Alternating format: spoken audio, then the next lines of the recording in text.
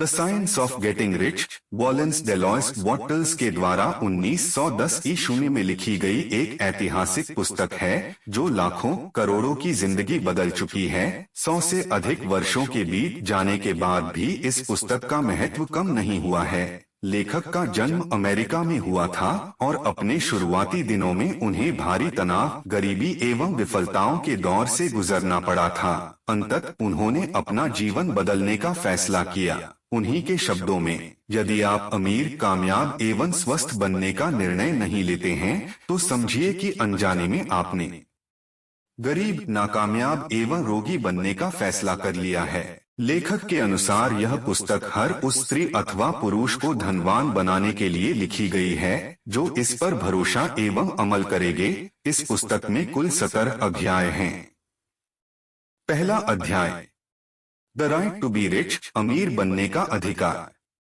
धन के बिना मनुष्य का पूर्ण एवं सफल जीवन जीना कठिन ही नहीं, असंभव भी है। लगातार विकास ही हमारे जीवन का एकमात्र उद्देश्य है एवं धन के बिना मनुष्य का मानसिक, शारीरिक एवं आत्मिक विकास असंभव है। अतः आज के इस अर्थयुग में धनी बनने के विज्ञान को जानना बेहद जरूरी है। कम में संतोष कर लेने से बड़ा पाप इस संसार में नहीं है। जब आप बड़ी सफलता पाने की योग्यता रखते हो तो कम में संतोष क्यों किया जाए। प्रकृति भी उन्नति, प्रसार तथा विकास को पसंद करती है।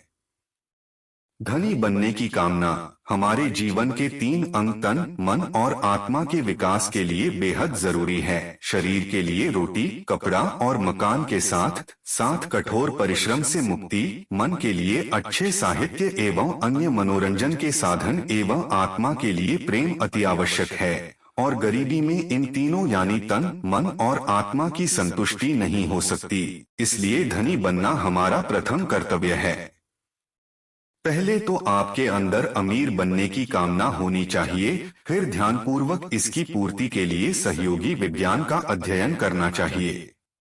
सकते हैं जिस काम में आपकी रुचि है, अगर आप उसी काम में हाथ डालेंगे तभी अपना सर्वश्रेष्ठ प्रदर्शन कर पाएंगे। यदि समान व्यापार में आपका पड़ोसी आपसे अधिक कामयाब है तो इसका सीधा अर्थ है कि आप दोनों के कार्यप्रणाली में अंतर है। यदि आप धनी बनना चाहते हैं तो आपको अपने पड़ोसी के कार्यप्रणाली को अपनाना होगा।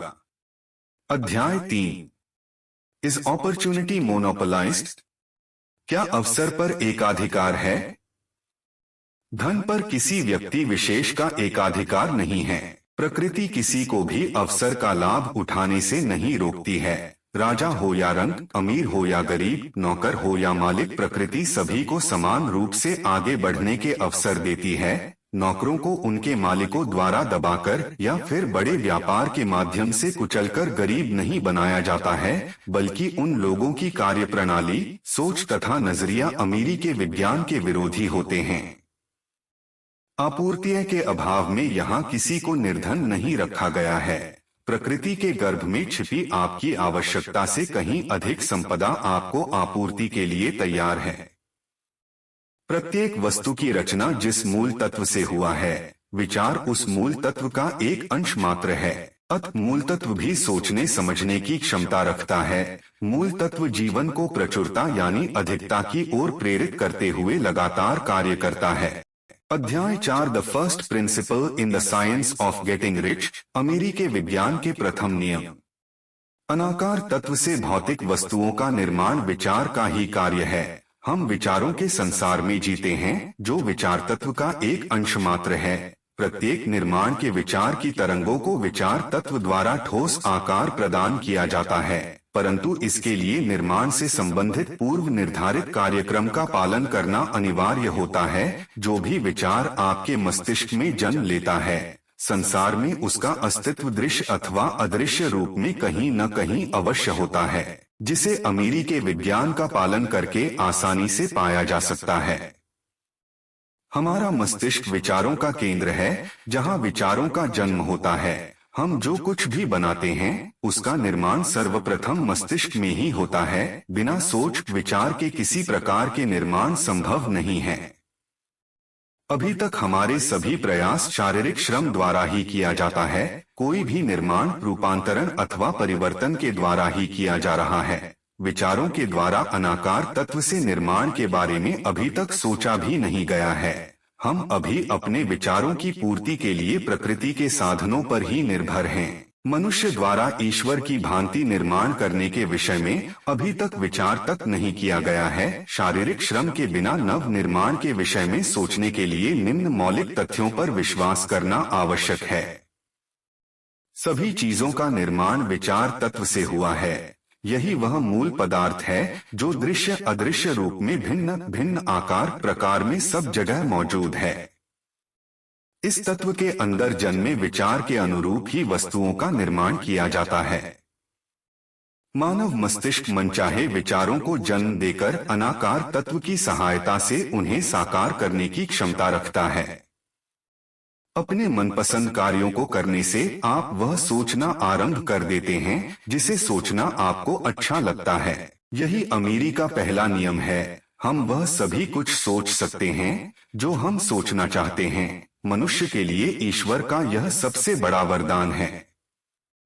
परंतु अदृश्य भविष्य के विषय में सोचना दृश्य वर्तमान के विषय में सोचने से ज्यादा कठिन है, क्योंकि जो दिखाई देता है उससे सहमत हो जाना बहुत ही आसान है, जबकि अदृश्य के विषय में सोचना, उसकी योजना बनाना थोड़ा मुश्किल काम है। इसलिए अधिकांश लोग इससे दूर भागते हैं। जो सामने दिखाई देता है उसे स्वीकार करना आसान है। हम जो कुछ भी देखते हैं वही हमारी सोच बन जाती है। इसके विपरीत अपनी सोच को तैयार करना, फिर उसे साकार रूप देना कठिन एवं ईमानदारी से भरा कार्य है।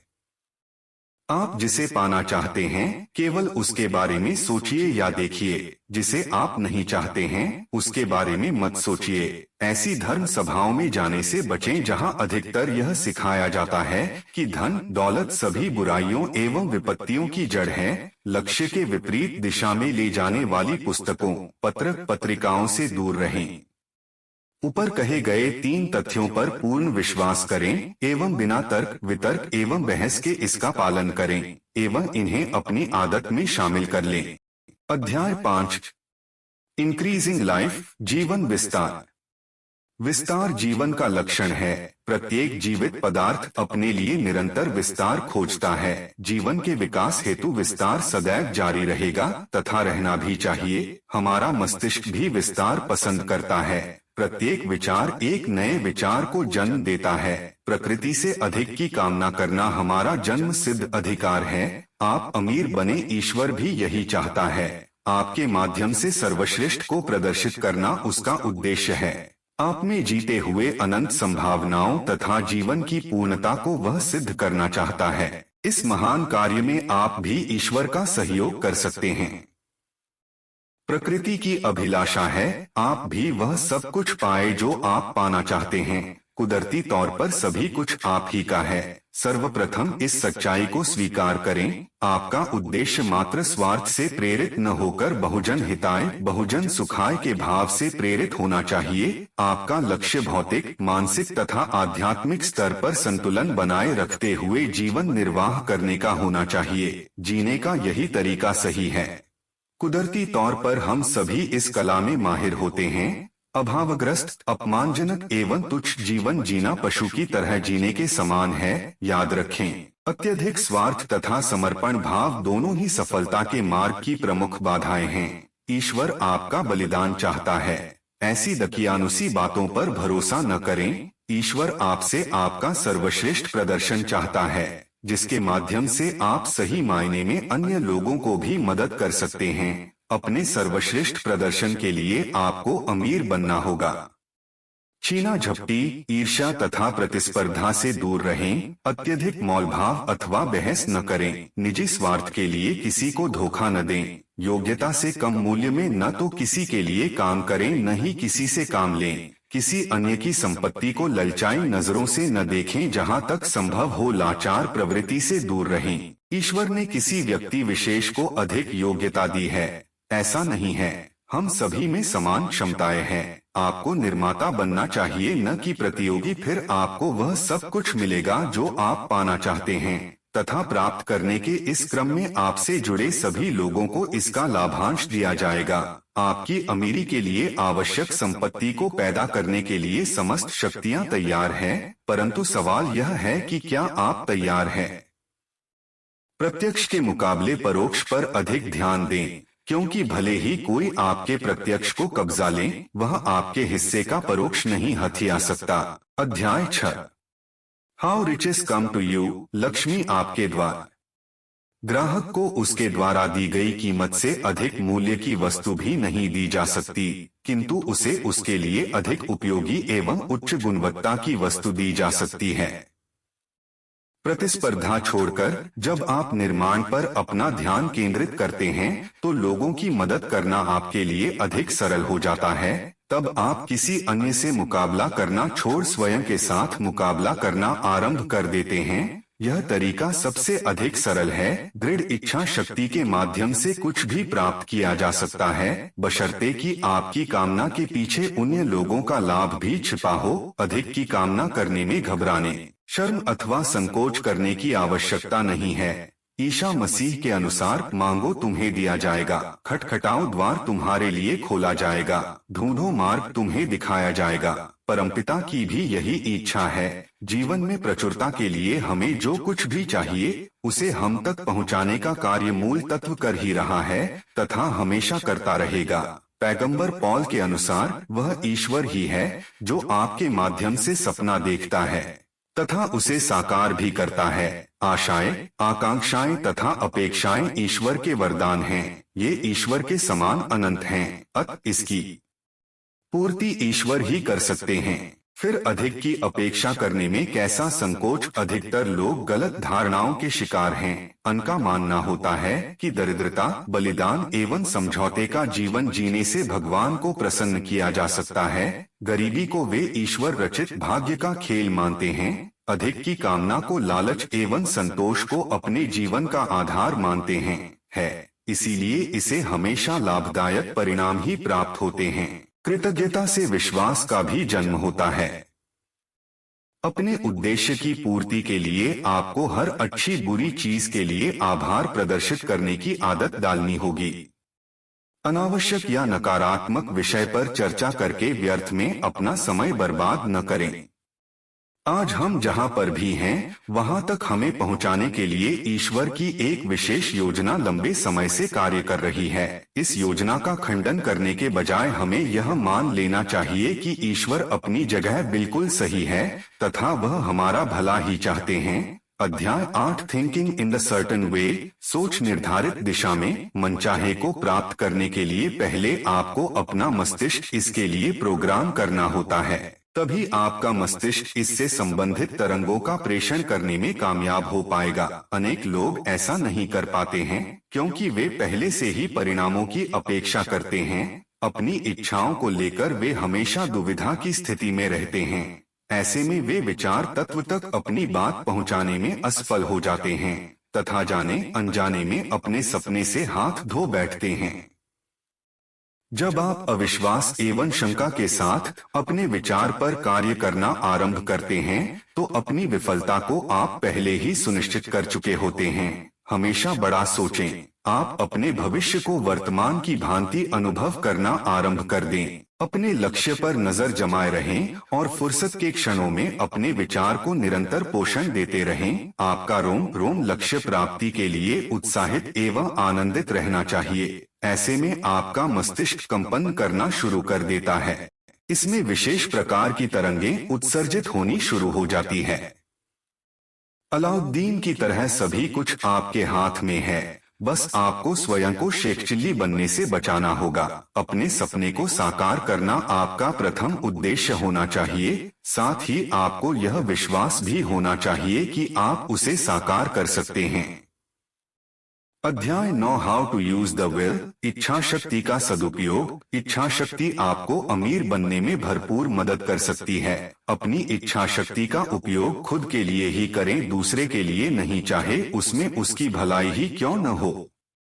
अपनी इच्छा शक्ति को सुनिश्चित दिशा में सोचने तथा मनवांछित फल प्राप्त करने के लिए इस्तेमाल करें। एक समय में अपने विचारों को दसों दिशाओं में फैलाने का प्रयास नहीं करें। आपका विश्वास एवं उद्देश्य जितना अधिक गहरा होगा, आप उतनी ही तेजी से कामयाबी हासिल करेंगे। यदि आप अमीर बनना चाहते हैं तो जरूरी नहीं है कि इसके लिए गरीबी का अध्ययन किया जाए। विपरीत दिशा में कोई काम करके हम सपनों को साकार नहीं कर सकते हैं। बीमारियों का अध्ययन करके हम आरोग्य को खोजने का प्रयास करते हैं। पाप का अध्ययन करके हम पुण्य सीखने का प्रयास करते हैं। निर्धनता का अध्ययन करके हम अमीर कैसे बन सकते हैं। भूलकर भी गरीबी का गहराई से अध्ययन करने का प्रयास नहीं करें। दान धर्म के कार्यों अथवा निर्धनता के समूल नाश की बातें करने वाली संस्थाओं के चक्कर में व्यर्थ का अपना समय बर्बाद मत करें। अमीर बनने का प्रयास करके ही आप निर्धनता से लड़ सकते हैं। गरीबों को किसी की सांत्वना, कृपा, दया अथवा भिक्षा की नहीं बल्कि प्रेरणा की गरीबों को आवश्यकता है। यदि आप वास्तव में गरीबों की मदद करना चाहते हैं तो पहले आप स्वयं अमीर बने, फिर अमीर बनने में गरीबों की मदद करें। अध्याय 10 further use of the will, सफलता का बीज। अपने सपने का विरोध करते हुए अथवा विपरीत दिशा में कार्य करते हुए उसके साकार होने की आशा करना बेकार है। बीते हुए कल की परेशानियों या संघर्षों के बारे में अधिक मत सोचें। अपने पूर्वजों की कमजोर आर्थिक स्थिति अथवा कठिनाइयों की बार बार चर्चा नहीं करें। ऐसा करने से आपके मस्तिष्कहीन भावनाओं से ग्रसित होना शुरू हो जाएगा। परिणामस्वरूप यह आपके सकारात्मक विचारों की गति को धीमा कर देता है। अच्छी बातों को सीखने में समय लगाए। निराशाजनक सूचनाएं देने वाले लोगों या पत्रिकाओं से दूर रहें। ईश्वर ने सफलता का बीज आपके मस्तिष्क में डाला है। दिन रात सकारात्मक विचारों से उसे पोषित करें, नकारात्मक से उसकी रक्षा करें। उसके लिए वातावरण तैयार करें ताकि वह उचित दिशा में सही प्रकार से वृद्धि कर सके।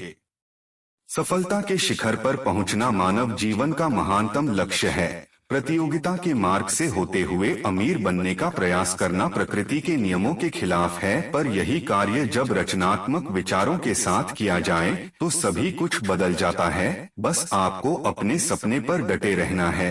अध्याय 11 acting in the certain way, प्रयास सही दिशा में। विचार प्रेरणा शक्ति है जो रचनात्मक ऊर्जा को प्रयोग में लाकर हमारे लिए वांछित परिणाम पैदा करते हैं। अपने सपने के बारे में विचार करके स्वयं को मात्र उत्साहित किया जा सकता है, परंतु केवल इससे काम नहीं बनेगा। इसे साकार करने के लिए यदि जरूरी प्रयास नहीं किए जाएं, तो आपका सपना मर सकता है। अभी तक मनुष्य इतनी तरक्की नहीं की है कि सिर्फ सोचकर ही चीजों का निर्माण कर सकें। अतः मनचाहा प्राप्त करने के लिए विचारों को हमारे प्रयासों की भी आवश्यकता होती है। अपने विचार पर सही ढंग से काम करें, तभी आप अपने सपने को साकार करने में सफल हो पाएंगे। सपना साकार होने पर चीजें आप तक स्वयं चलकर पहुंचती है, परंतु उन्हें ग्रहण करने की योग्यता आप में काम करने के बाद ही आ पाएगी। अन्यथा चीजें आपकी आंखों के सामने से होकर गुजर जाएंगी और आप बस हाथ मलते हुए ही उन्हें देख सकते हैं। आपको तुरंत प्रयास करने चाहिए। आप उचित व्यवसाय अथवा वातावरण में नहीं हैं। ऐसा सोचकर अपने प्रयासों को स्थगित नहीं करें। वर्तमान पर ध्यान केंद्रित करते हुए अपना सर्वश्रेष्ठ प्रदर्शन करें। बीते हुए कल पर नाराज होकर अपना समय नष्ट न करें। आने वाले कल के बारे में अत्यधिक सोचकर व्यर्थ में अपना समय न गंवाएं। सभी कुछ मायावी अथवा रहस्यमय तरीके से हो जाएगा, ऐसी भी उम्मीद नहीं करें। समय अथवा वातावरण के बदलने की प्रतीक्षा न करें, बल्कि अपने प्रयासों से इन्हें मनचाहा रूप प्रदान करें। अभी तक हमने सीखा, सभी चीजों का निर्माण विचार तत्व से हुआ है। यही वह मूल पदार्थ है जो दृश्य अदृश्य रूप में भिन्न भिन्न आकार प्रकार में सर्वत्र व्याप्त है। इस तत्व के अंदर जन्मे विचारों के अनुरूप ही वस्तुओं का निर्माण किया जाता है। मानव मस्तिष्क मनचाहे विचारों को जन्म देकर अनाकार तत्व की सहायता से उन्हें साकार रूप प्रदान करने की असीमित क्षमता रखता है। प्रतियोगिता का रास्ता छोड़कर हमें रचनात्मकता का मार्ग अपनाना चाहिए। हमें अपने मस्तिष्क में एक निजी सपने का निर्माण करना है तथा अपने उद्देश्य एवं विश्वास की गहराई को बढ़ाते हुए सकारात्मक विचारों के माध्यम से निरंतर इसे पोषित करना है। मनचाही सफलता पाने तक नकारात्मक विचारों से दूर रहें, क्योंकि यह आपके विश्वास में कमी करके आपके सपने की हत्या कर सकता है। मनचाहा प्राप्त करने के लिए वर्तमान वातावरण में रहते हुए ही हमें प्रयास करने होंगे। कुछ ही समय बाद सभी कुछ हमारी सोच के अनुरूप स्वतः बदलना आरंभ हो जाता है। अध्याय 12 एफिशिएंट एक्शन, कुशल प्रयास। आप उन्नति तभी करेंगे जब आप वर्तमान से अधिक की कामना करते हुए उसे पाने के लिए और अधिक प्रयास करेंगे, क्योंकि प्रयासों में कमी के चलते आपका अधिक की कामना करना पूर्णतः व्यर्थ साबित हो सकता है। संपूर्ण विश्व आज उन्हीं लोगों के प्रयासों के चलते तरक्की कर रहा है जो अधिक की अपेक्षा रखते हैं।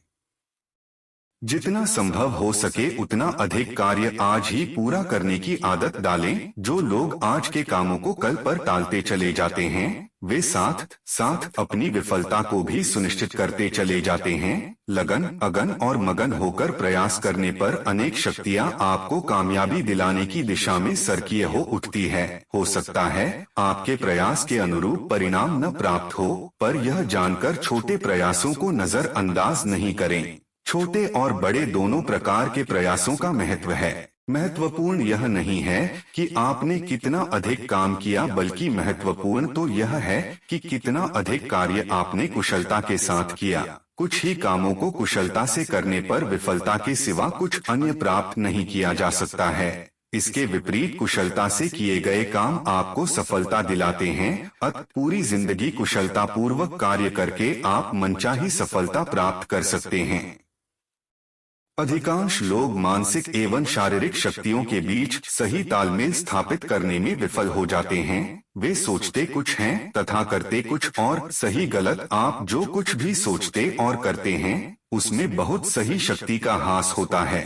अतः क्यों न सही दिशा में प्रयास करके शक्ति का सदुपयोग किया जाए। परिणाम स्वरूप 100% सफलता आपकी मुट्ठी में होगी। एक बार आपको मिली सफलता आपके लिए सफलता के अनेकों अन्य द्वार खोल देती है। अध्याय 13 गेटिंग इनटू राइट बिजनेस, सही काम की तलाश। किसी भी काम को सफलतापूर्वक निपटाने के लिए आपकी लगन के साथ साथ उस काम को करने में आपकी दक्षता की विशेष आवश्यकता होती है। अक्सर बिना निपुणता के कार्य को पूरा तक कर पाना असंभव हो जाता है। आपकी निपुणता आपको संबंधित कार्य सफलतापूर्वक समाप्त करने की योग्यता तो दिलाती है, परंतु यह जरूरी नहीं है कि इसके माध्यम से आप अमीर भी बन जाएंगे। दुनिया हजारों लाखों ऐसे लोगों से भरी पड़ी है जो अपने काम में पूरी तरह से माहिर हैं, परंतु अमीर नहीं हैं। ऐसा नहीं है कि किसी कार्य को करने में दक्ष होना बुरी बात है, परंतु अपनी दक्षता का इस्तेमाल सही दिशा में करना अत्यंत महत्वपूर्ण है। आपका मस्तिष्क परमेश्वर की ओर से आपको दिया गया सर्वश्रेष्ठ औजार है, जिसके सही इस्तेमाल से आप उस व्यवसाय अथवा काम धंधे में जल्दी ही अमीर बन सकते हैं जिसे करना आपको अच्छा लगता है। उस व्यापार में आपकी कामयाबी लगभग सुनिश्चित हो जाती है, जिसके विकास में आप अपना तन मन तथा समस्त योग्यताएं एवं क्षमताएं आरोपित कर देते हैं। आप किसी भी व्यापार में कामयाब हो सकते हैं। जरूरी नहीं है कि आप उसे करने में माहिर हो। आप उसमें अगर बिल्कुल नए भी हो तब भी उसे सीखकर उसमें कामयाब बना जा सकता है, परंतु अपनी रुचि के व्यापार में जाकर कामयाब होना अपेक्षाकृत अधिक सरल होता है। मनपसंद कार्यों को करना ही जीवन का दूसरा नाम है। इच्छाएं शक्ति की परिचायक होती हैं। अपना प्रत्येक कार्य निपुणता के साथ पूरा करें। अनावश्यक विलंब एवं शीघ्रता दोनों ही आपके लिए घातक है। अध्याय 14 द इम्प्रेशन ऑफ इंक्रीज, प्रचुरता की अभिलाषा। प्रकृति भी प्रचुरता पसंद करती है। ईश्वर का संदेश भी प्रचुरता के ही संबंध में है। इस पृथ्वी पर जीवित प्रत्येक वस्तु की एक ही अभिलाषा है, वह है प्रचुरता। इसमें रुकावट का अर्थ है मृत्यु। ईसा मसीह के अनुसार उन्हें और दिया जाएगा जिन्हें और अधिक चाहिए, परंतु संतुष्टों से वापस ले लिया जाएगा। अधिक धन संपत्ति की कामना करना कतई अपराध अथवा पाप नहीं है। यह जीवन में प्रचुरता को पैदा करने का साधन मात्र है। प्रचुरता की कामना हमारे आत्मा की आवाज है। अपने संपर्क में आने वाले को प्रचुरता की ओर तेजी से अग्रसर होने के लिए प्रेरित करें। महसूस करें आप सफलता पाने की दिशा में तेजी के साथ आगे बढ़ रहे हैं, साथ ही आप कामयाबी पाने में हजारों लोगों की मदद भी कर रहे हैं। खुद को इतना अधिक सकारात्मक बनाएं कि आपके संपर्क में आने वालों प्रत्येक व्यक्ति स्वयं के लिए भी महत्वपूर्ण एवं सकारात्मक महसूस करे। उनसे लिए गए मूल्य के बदले उन्हें अधिक कीमती अपनी सेवा प्रदान करें। भूलकर भी अपने स्वार्थ के लिए अन्य लोगों का इस्तेमाल न करें। लोगों को धोखा न दें, नहीं उन्हें मूर्ख बनाने का प्रयास करें। दूसरों को अपनी उंगली पर नचाने का प्रयास न करें, नहीं किसी और के इशारे पर नाचे। अपने भाग्य के विधाता खुद बने और प्रतियोगिता, जल्दबाजी अथवा प्रतिस्पर्धा से दूर रहें। जोन्स का गोल्डन रूल याद रखें। दूसरों के साथ ऐसा व्यवहार करो जैसा आपको उनसे अपने लिए चाहिए। अध्याय 15 दी एडवांसिंग मैन, प्रगति पुरुष। आपका बॉस आपके काम से खुश होकर सफलता पाने में आपकी मदद करेगा। इस आशा से भूलकर भी अमीरी के सिद्धांत का इस्तेमाल अपनी नौकरी में न करें। याद रखें मेहनत और ईमानदारी के साथ काम करने वाला कर्मचारी अपने बॉस की सबसे बड़ी दौलत होता है। इसीलिए उसे वहीं काम करना पड़ता है जहां पर उसका बॉस चाहता है, न कि वहां जहां वह चाहता है। अपनी सफलता को मन में ठान लें, फिर अपने फैसले को मजबूत करते हुए एक सुनिश्चित दिशा में निरंतर प्रयत्नशील रहें। अपने संपर्क में आने वाले सभी लोगों को सफलता पाने के लिए प्रोत्साहित करना आरंभ कर दें। ऐसा कोई औद्योगिक, राजनीतिक अथवा आर्थिक परिस्थिति नहीं जो आपको आगे बढ़ने से रोक सके। आपकी सफलता स्वयं के घटित होने का मार्ग खोज रही है, बस आपको उसे दिशा देनी होगी। अमीरी की दिशा में आगे बढ़ते समय राह में आने वाले अवसरों को अनदेखा न करें। अवसर एक दूसरे से जुड़े होते हैं क्योंकि आपस में इनके जुड़ाव अदृश्य होते हैं।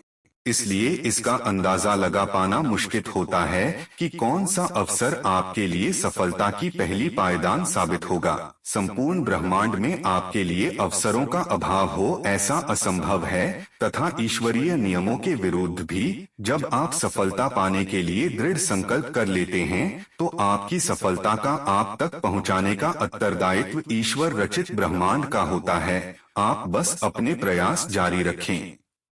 अध्याय 16 सम कॉशंस एंड कंक्लूडिंग ऑब्जर्वेशन, निष्कर्ष एवं सावधानियां। आप चाहे किसी भी देश, जाति, स्थान अथवा समाज से संबंध रखते हों, अमीरी के लिए तैयार निर्धारित मार्ग पर आगे बढ़कर आप किसी भी समय अमीर बन सकते हैं। आपका अमीर बनना आपके राष्ट्र, जाति, समाज तथा स्थान के लिए न सिर्फ सम्मान का विषय होगा बल्कि यह अन्य लोगों के लिए सफलता के नए मार्ग भी खोलेगा। भविष्य में आने वाली संभावित विपत्तियों के बारे में आवश्यकता से अधिक सोचकर व्यर्थ में समय बर्बाद न करें। पूरा ध्यान प्रतिदिन किए जाने वाले कार्यों पर केंद्रित करें। जब आप रोजाना के काम सफलता पूर्वक निपटाने में माहिर हो जाते हैं तो भविष्य में विपत्तियों की आने की संभावना अपने आप ही समाप्त हो जाएंगी। उचित अथवा अनुचित जो कुछ भी घटित हो रहा है उसे सृष्टि की निर्माण व्यवस्था में सहयोगी कार्य समझकर देखने का दृष्टिकोण स्वयं में विकसित करें तथा कभी निराश न हो। सुनिश्चित दिशा में कार्य करते हुए मनचाहा प्राप्त न होने की दशा में धैर्य बनाए रखें। कुछ समय बाद आपकी मनचाही सफलता आपके सामने होगी। याद रखें महान अवसर आंखों से नहीं दिमाग से पहचाने जाते हैं।